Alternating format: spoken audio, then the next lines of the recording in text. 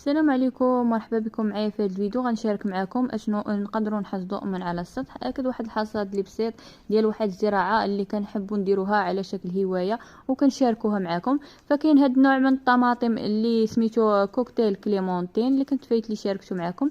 زرعتها من البذور. بالنسبه للبذور ديالها فزرعها من بذور اصليه. كاين هذا النوع ايضا من الطماطم اللي سميتو الملكه الذهبيه اللي كيكون على هذا الشكل. الحجم ديال الثمار ديالو كتكون متوسطه واللون ديالها كيكون اصفر مائل الى البرتقالي او اصفر. كاين ايضا هذا النوع من الطماطم اللي الاسم ديالو تايكو وكيبقى في هذا اللون او اصفر مائل الى البرتقالي.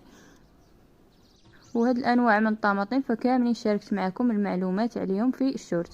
وكاين ايضا البسباس اللي تا هو زرعته من البذور. الشكل ديالو هو هذا. وكانت هذه هي الحصيله ديال الزراعه ديالنا على السطح. ما تنسوش تخليو لايك الفيديو.